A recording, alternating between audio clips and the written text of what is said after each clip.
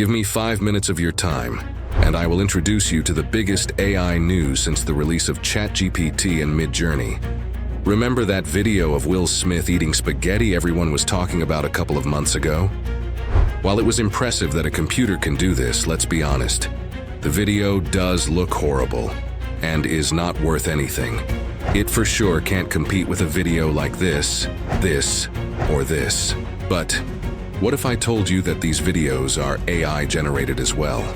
A few days ago, Sam Altman and OpenAI revealed a groundbreaking model named Sora, capable of creating full video clips up to 1 minute long from just a text input.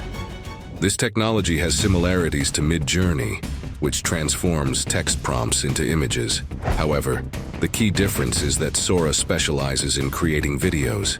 Let's take a look at some examples. For the women walking down the street, they use the prompt. A stylish woman walks down a Tokyo street filled with warm, glowing neon and animated city signage. She wears a black leather jacket, a long red dress, and black boots. I know, some aspects might look a bit off, like her legs when she's walking. But keep in mind, this was AI video generation a couple of months ago. Given this immense progress in such a short time span, it's conceivable that in a few years, literally no one will know what or who is real on social media and who isn't. It's both fascinating and scary at the same time.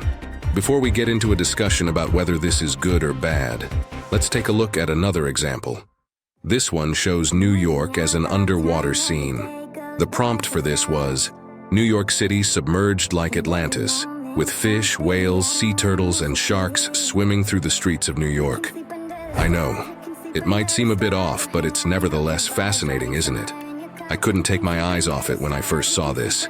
How about one last example that highlights some of the weaknesses of this AI? The video shows a person doing some cardio.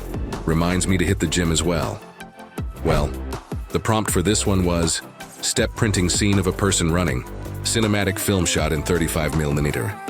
As you can see, the motion does not make 100% sense. This seems to happen from time to time. Let's think about the possibilities. This tool could enable you to create your own movies or anime series. Imagine modifying the background scenery of a video you just shot, potentially with just a single text prompt in the future. Such a time would truly epitomize the sky's the limit for creativity. While all this sounds fantastic, Sora isn't available just yet. Initially, it will be released to a selected group of designers and video experts for further testing, before becoming accessible to the wider public. We have every reason to be excited.